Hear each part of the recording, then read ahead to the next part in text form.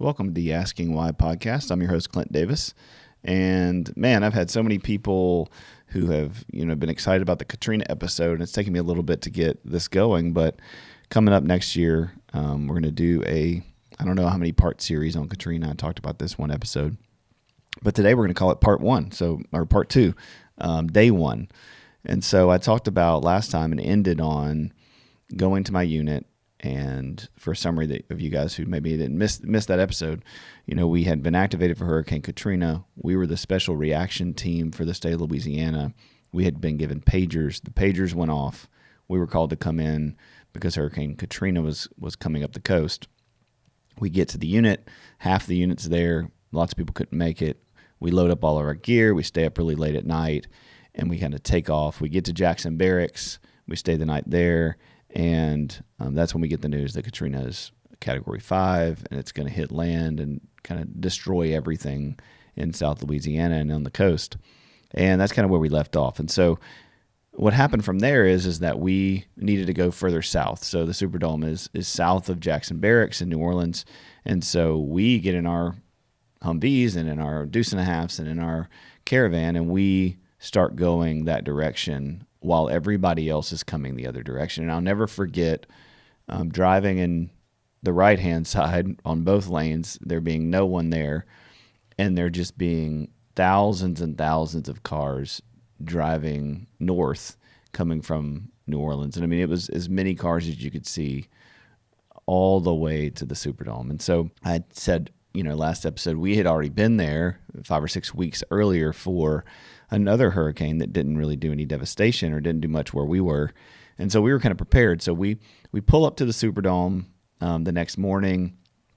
We get out, and there's already a line of people. There's hundreds and hundreds of people that are standing there. And for you guys just listening, we're going to drop a link and a folder for you guys to see some pictures of what I'm describing. And so if you want to pause and go to look at the link underneath the podcast notes, or if you want to look at it on YouTube or wherever you want to look at it at, we're going to put some pictures that kind of show you that I've been able to find online. There's very few.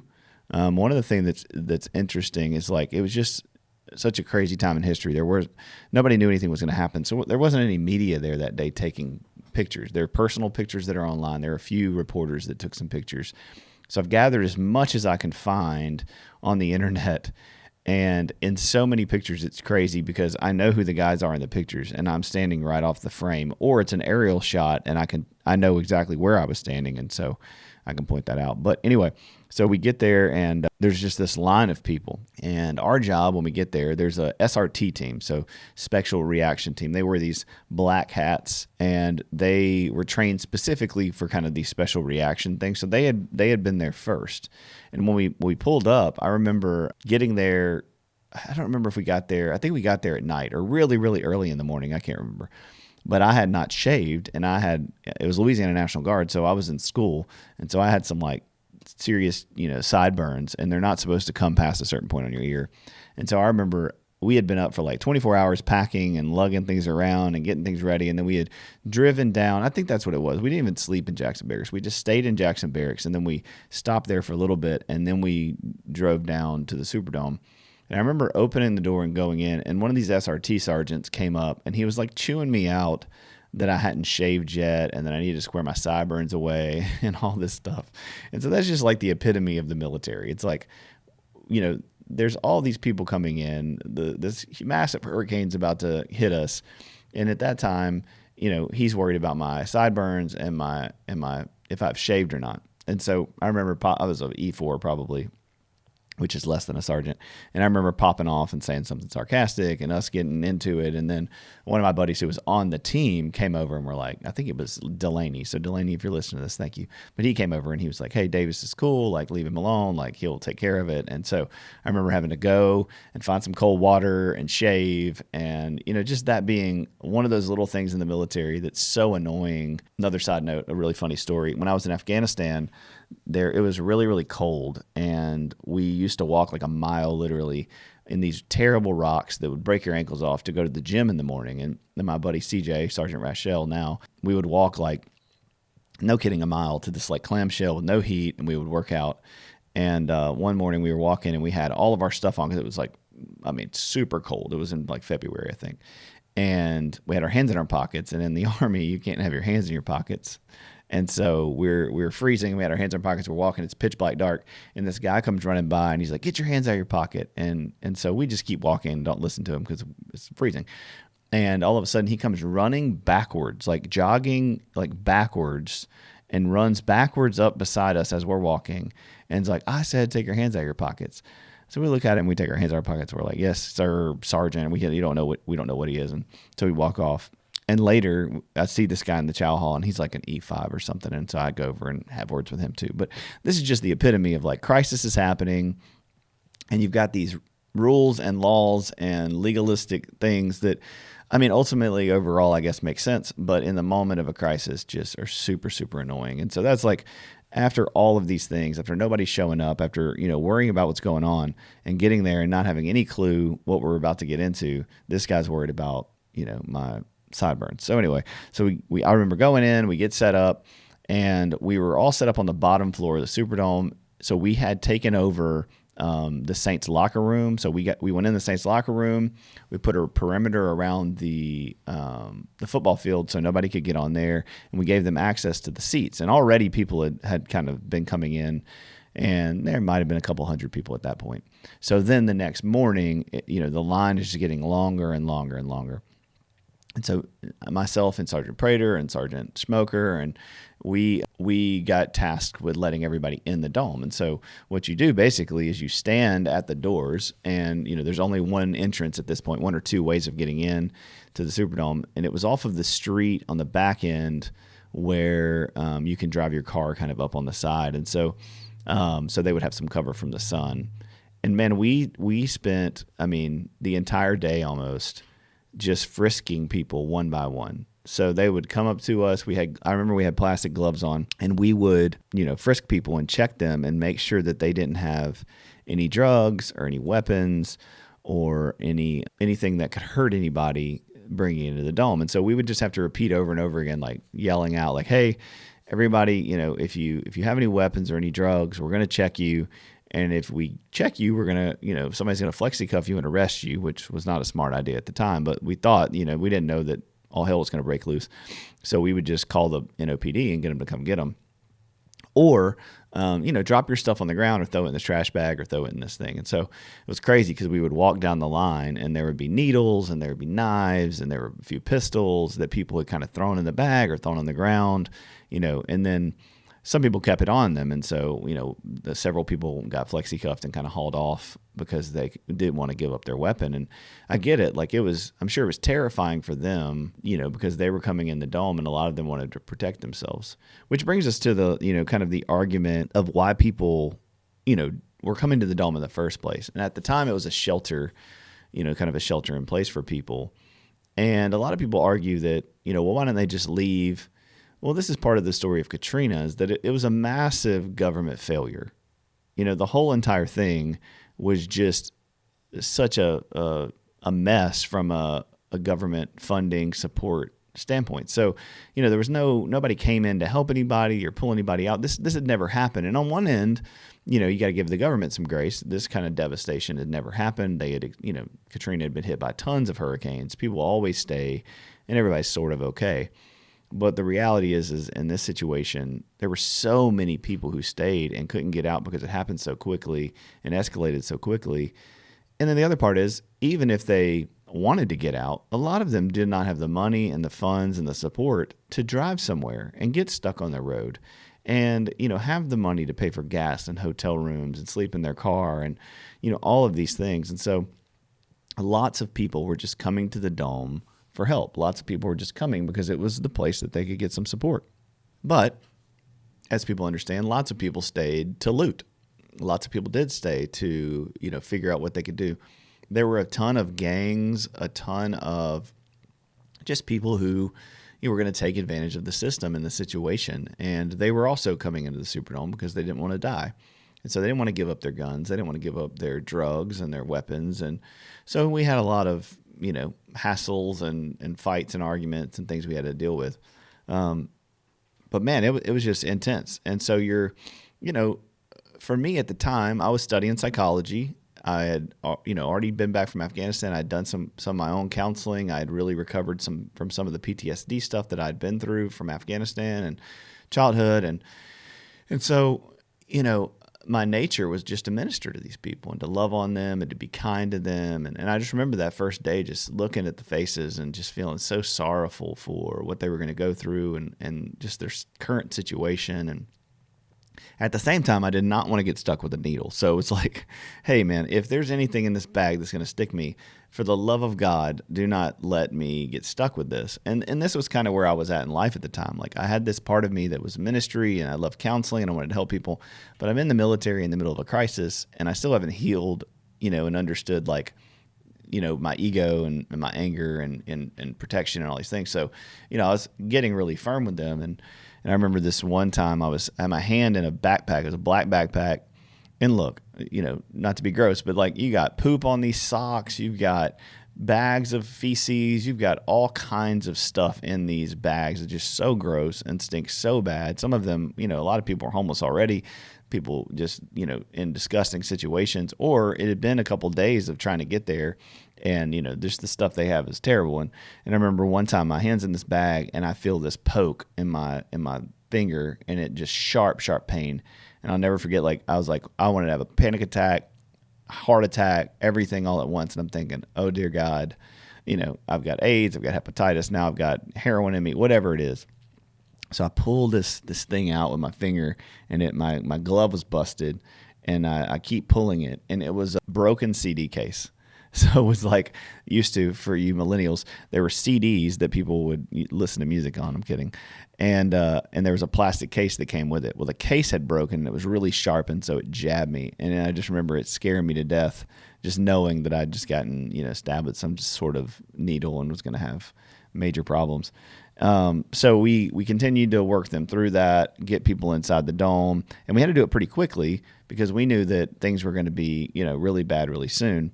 And so the government was, telling people to come there. The radio was telling people to come there. A lot of people had the battery-powered radios. So a lot of the information we were getting was, we had flip phones, so we had Nokias at the time. And so we were just calling in and getting updates on where Katrina was. I think there was like a TV set up at the time that we still had cable and access and electricity and all those things. And so it was, that first day was just, a mess. And it was a lot of letting people in, counseling people, kind of preparing them for what was going on. A lot of them didn't have food. They didn't have anything. So we had MREs, but we really had enough MREs for us and a few hundred people. And we had water, for a few hundred people. We didn't have a whole lot of resources since there were only somewhere around like 140 National Guard. There were probably 30 or 40 airmen and 30 or 40 police officers. And I'm sure there was another group of people. I think it was SRT, the Black Hat guys, who were National Guard as well. And so there was a total of, a couple hundred of us to deal with thousands of New Orleans residents who were coming into the dome, and we didn't know, how many that was going to be.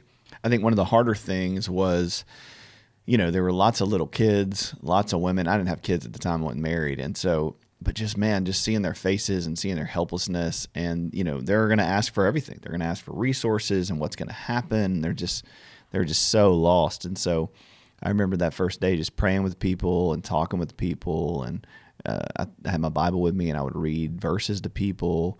And, lots of people had medical issues. And so there were people with, who had just had surgery the day before and were coming from a hospital or the ER. There were people with, all kinds of diseases and things that were, literally life or death, who were coming in there and asking for help. People with stitches that were busting open, tons of people who, were overheated and, having heat strokes and passing out. And there were lots of people who were there who, were having withdrawals from drugs. So they were having seizures and melting down and passing out just from not being able to access their drugs. And so, I spent that first day letting people in, and I spent the afternoon and night really going around. And I remember several women that were having seizures, me getting down and kind of holding them and pouring water on their neck and praying with them and making sure they were okay. And I can't remember if the medics were there yet or not. We might have had one or so. And so they were setting up this little triage area to deal with what they could deal with. But there were just too many people with too many problems, because if you think about it, the average population is not in medical crisis, but you take socioeconomically and you lower that, it's like there's more medical problems, more issues, more health issues, all in that population. So everybody almost coming into the Superdome had some pre-existing condition or medical issue that they needed medicine, they needed stitches to take care of, drug issues, whatever. And so, man, we were just overrun and overwhelmed with need. And I just remember being so brokenhearted and so frustrated that we didn't have anything to help them, and especially for the kids. And that was kind of the first day. The first day was just us getting people in, and this is the day before Katrina's happening. And so that night, I remember we were set up in the hallways of the Superdome. Most of you have not been there, but if you have been there, there's these kind of circular, wide hallways that you walk up and down. You can take the escalators. A lot of stadiums have that kind of stuff. And so we had all of our bags in there. Eventually, we had all of our bags, moved them down to the locker room, and we would go sit for a second, but there was really no break. People would come in, and so then we started having to police everybody that was inside. We made everybody sit in the seats. Remember that? We made everybody sit in the seats, or they could go from like one point on one floor to walk around to get some space. But we really wanted them to stay in their seats for the most part till the hurricane hit. And so that night, I just remember, the hurricane was coming. It was getting darker, getting louder. And in the Superdome, there's a window. The doors are all glass all the way around it, big, heavy doors. And I just remember the Katrina hitting and it just being so loud. And we were standing by the doors, and you couldn't, it was just so loud, and the wind was blowing so hard, and we could hear windows busting and things crashing and slamming. And about halfway through, all of a sudden, we're in the middle of the Superdome, the roof gets ripped off. And so part of the roof on the top just blows off. There's a hole in the middle of it. Rain's pouring in. And it's mass hysteria. Now you've got thousands of people who are getting, some rain is coming in, but more than that, they don't know how much more the roof's going to get ripped off. So we're trying to calm them down. They're running into the hallways, and it's just mass hysteria. And, we managed that the entire night. At this point, we lose power. There's no power once it had hit in the landfall. Before it even got to us, we didn't have power because it had already knocked everything out on the way. And so it's hot. There's no running water. There is no bathrooms for anybody to use. And we're in day, 2 or 3 of being down there. And so we haven't showered. It's August. It's hot, and we're miserable, and so are the people. And so very, very quickly, things start getting heated. And people are ganging up the next day. They're walking around in packs. And I remember we didn't have weapons because this is a peace mission. This is a humanitarian mission. This is not a combat mission. We did have our weapons. They were just locked up on like the 7th floor of the Superdome, or wherever we had taken them upstairs. And we had like our armory set up with our gear, and Mobley had that there. And so I remember thinking, man, I hope things don't escalate, to a point where we have to get these weapons. And what I ended up doing, a lot of us ended up doing, was going. We have these cots that we use to sleep on. Well, we didn't get them out, but there were a couple that were accessible for sick people. And so one of the cot pieces is this like metal rod that you stick in the back, and you clip it so that your head doesn't flop off when you lay down. So we just had these rods, and that was kind of our weapon. So it was like a baton, and we would have to walk around. And, people were talking trash. They were getting in our faces. They were asking us questions. You had these gang members who were, fighting. And we're having to break up fights. People are coming up to us looking for their kids or their wife or their spouse. And it's quickly like, okay, this is a problem. What is happening? And we had no comms. It's 2005, so we didn't have any way of communicating back with, our people, and there's no government. We're the National Guard in Louisiana. Like, there's nobody on the phone with us with any authority to do anything that first day or so. And so we're just all trying to figure it out. And obviously we're walking around. It would be, an hour or so before I would run into another military guys. So we were going around in packs of 2. At this point, it was me and Sergeant Prater, Staff Sergeant Prater, and Donald Prater. Shout out to you. Hopefully we'll have him on here to tell some of this. But we would walk around. I mean, it was just crazy. People throwing bottles from different floors, cussing each other out. The whole next day was just pandemonium. And, all we could do is threaten people. There were certain times where people, would wrestle people down and flexi-cuff somebody and bring them out. But you eventually just have to cut them loose because you can't keep them flexi-cuffed. There's no cops. There's no New Orleans Police Department. Then the radio was telling these people inside, because now there's, now you have people who are coming in, walking up and starting to swim up because the water is starting to rise at this point the next day. I don't remember exactly what day it was, 2 or 3, that the levees broke and the water passed over the levees. But the radio was telling everybody that the engineers had blown the levees, and that is why everybody's homes. So all of these people are thinking that we, the engineers, blew the levees and just ruined the 9th Ward and the 8th Ward and the 7th Ward and all these populations of home and people. So you've got half the group who's terrified, a big portion of the group who are angry at us and mad at us. They're mad because they feel abandoned. They're mad because of racism. They're mad because of systemic issues. And so, we're there. I mean, I had not eaten at this point or drank any water. I mean, I might have ripped an MRE open and snacked on one thing, but there was very limited resources and we're just surviving. At this point, I'm really chafed. So the inside of my legs are just, because I'm soaking wet. I'm in the same BDU outfit that I've been in for 3 or 4 days, miserable, and they're miserable. And that's just basic needs are not getting met. And I remember that we walked downstairs and there were 5 or 6 trucks that we would call deuce and a halves. These kind of, if you've seen them on the road, they're the troop carriers. They have a back, with a top on it. Some of them had tops on it. Some of them people had taken the tops off. And there were 4 or 5 of them kind of sitting there. And me and another sergeant were like, look, we need to go out and start getting people. We need to, they can't make it here because the water was rising and you couldn't really go anywhere. And so me and Sergeant Smoker, we got in a deuce and a half by ourselves and we just drove off. And we started driving where we could drive. So we tried to figure out the places that we could drive that weren't, 10 foot tall, and we didn't want to fall off into some crazy hole. But we started driving around, and it was insane. We have to, go up on an on-ramp and off an on-ramp, and it looked like a bunch of snakes in the water. There would be a back of a snake sticking out and 100 people standing on it. And that was what the problem was, is there was just thousands of people stranded on roadways that part of them were sticking out of the water. And so they just swam up or gathered there, and they were just waiting for somebody to come get them, miles and miles and miles away from the dome. And it is just like that for as far as you can see. The entire city of New Orleans is underwater, and there is no way for these people to get to the Superdome, being the Superdome, and then it was the convention center. So there's a lot of guys who tell stories from the convention center. I'll try to have somebody on, but it was like, a little mini dome is what they call it, because there was a lot smaller and a lot less people, but they had the same issues there.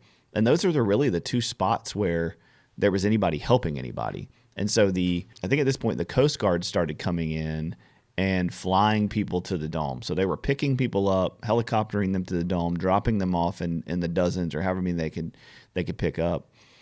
And so just more and more people were coming, swimming up, and we spent that day driving around trying to get people to get on the truck to bring them back to the Superdome. And I just remember, man, we were really only taking families or women and children. And we have this tent. I have this tent post, which is all I have to defend myself. People are jumping up on the truck. Grown men are like, I don't care. I'm going to get on there. I'm not dying out here. And we're having to knock them off and push them off and fight with them to stay there. And we're like, trust me, we're going to come back and get you like we promised. And then, all of a sudden I look up and there's another military truck coming, and they pull up beside me, and they've got people on there, and people are trying to jump on their truck. And so we're trying to figure out, like, where have you been? What groups have you gone to? Where do you go next? And then you drive, a little bit, quarter mile or something, and then there'd just be an ocean, just as far as you could see water. and you'd have to turn around and come back. And we would do that. We did that all day. We just drove, picked people up, fought with people, got as many women and children as we could, would bring them back to the Superdome and drop them off and then go back out. And, there's limited fuel supply, so we're trying to be smart about it. And I remember getting out on this one interstate, I don't remember, highway, whatever it was, and we started seeing it was either wildlife and fisheries or game wardens, or those might be the same thing. But they were putting in at this spot. And I'll never forget this game warden. We had the windows down, and he comes and runs up and jumps on the side of the truck. And we had the window rolled down. He's like red faced, screaming at us. "What are you guys doing? Where have y'all been? People are dying. People are drowning in their houses. People are stuck, and you guys are just riding around like, we need your help. Where's more of you? Send more out." And we're like, dude, there's like 5 trucks, and there's only so many of us. Like, we're in the same situation. He was cussing and yelling, and he was so angry and overwhelmed. And I get it, And he jumps off and goes back and gets his boat, and we're picking people up. And I'm like, man, this is just a lot to deal with. People are blaming us. People are losing their mind. People are losing their temper. And I get it. It's hot, and nobody knows what to do. And so we get as many people as we can that day, and we continue to bring them to the Superdome, as best we can. I remember, this is a crazy story, but I remember, not that any of it's not crazy, but we kind of pull back up, and I remember being really, really exhausted and tired, and we get there, and there was something that we had to get at around Tulane. So there was, the water was still low enough for us to get certain places around the Tulane Hospital in New Orleans. So we drove over there to see if there was anybody we could get from Tulane. And I remember pulling up, and there was a lady, and this is at the end of the day. All that other stuff is pretty early that day, but we pull up, and there's this lady, and there's like this green space with grass, like a little hill, and there's a lady sitting there, and she's got her husband is on this piece of plywood, and she's got him wrapped up in a sheet, and she's just sitting, just looking at nothing. There's nobody around. She's just all alone. And Smoker and I pulled up, and I remember I jumped out, and I walked over to her and sat down next to her. And I remember her saying, "All I got left in my life is this pack of cigarettes and my husband's body." And man, it was just so terrible. And she had floated him from their house, his body, all the way from their house to there, and she was trying to get to the Superdome. And so we loaded her up, and she ended up leaving his body because we didn't have anywhere to put it at the time. And, I remember there was somebody taking pictures. I can't really remember, but I remember Smoker was really mad and went and grabbed his camera, and they were arguing and fighting about her, them taking pictures. And so I found that picture from that journalist. And if you took the picture, I'd love to talk to you, because I'd like to apologize for yelling at you, but also thank you for taking that picture, because that picture is online, so it'll be in the file of this lady. And man, it was just so sad. And so that's what we did the rest of the afternoon, is drove around and look for people to tell them to go to the Dome, because these people didn't know where to go or what to do, and it was horrible. And so we got back late that night, and man, it was one of the crazier things that happened. We're pulling back up to the Superdome, and I see this truck, this green wildlife and fisheries truck, and this is like 8 hours later, and this guy comes running up to the truck, and he jumps on the side of the truck. He's like, "Man, I really need help. My sister, I got on the phone with my sister. She's a doctor or nurse at Tulane. She's stuck there. We need to get her out of here. We're driving back up to wherever." And then all of a sudden he pauses and he looks, and I look at him, and it's the same game warden that had screamed and yelled at us and cussed us out. And I remember the look on his face was like, "Oh man, these guys are not going to help me. I'm screwed. I'm not going to be able to get to my sister," because he couldn't drive his truck because the water was too deep.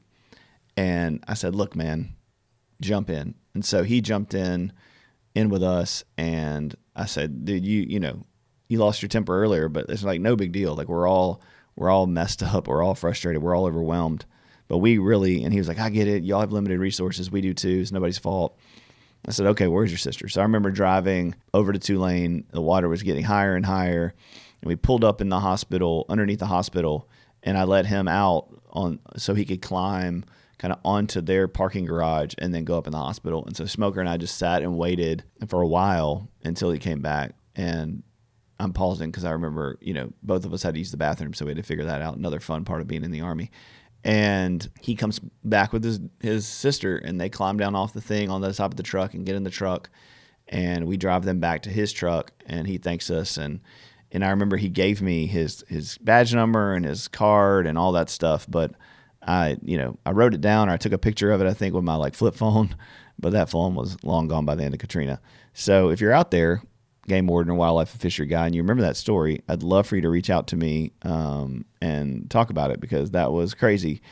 Just putting God in the story for a second. It's so crazy to look at. He was miles and miles and miles away, putting in those boats and yelling and cussing at us. And then all of a sudden, somehow he managed to get all the way to the Superdome it was like a Dodge Ram or something. And then he happened to run right back into us and ask for help. And it's like, that's grace. That's the Holy Spirit planting things and sowing seeds. And by God's grace, I was able to not be mad and be angry and help him out. But I remember wanting to just show him there's some light in this situation. And I say all that because very quickly after this, I start losing the light. I start getting numb and overwhelmed. And, I don't have the time or the capacity to kneel down with everybody having a seizure. I don't have the capacity to love on everybody or pray with everybody. And I just start walking away, just doing my job, what I think is my job, which is just keeping people alive, keeping people safe. And just, I remember stepping over people who were just falling apart because there's nothing to do with them and nowhere to put them. And you just get helpless and you get numb and you just start surviving. And so that was kind of the end of day 3. Day 2 or 3 is we're on survival mode. People are starting to run around on the field. They've gotten out of their chairs, and they started breaking into the suites on the 6th and 7th floor. Alcohol, I remember, them. So one side, people were saying they were making Molotov cocktails. They were throwing stuff at us. They started, hiding in dark places and doing dark deeds, and we were finding out about it. And it starts to get very, very, very dark and messy. And so we're going to end there on day 2 or 3, and we'll pick up where we left off. I appreciate you guys listening to this. I've never really told it in this format before, so I'm trying to do it off the top of my head with some notes and remember things. But I'm thankful to get to tell it because I think lots of people need to hear it.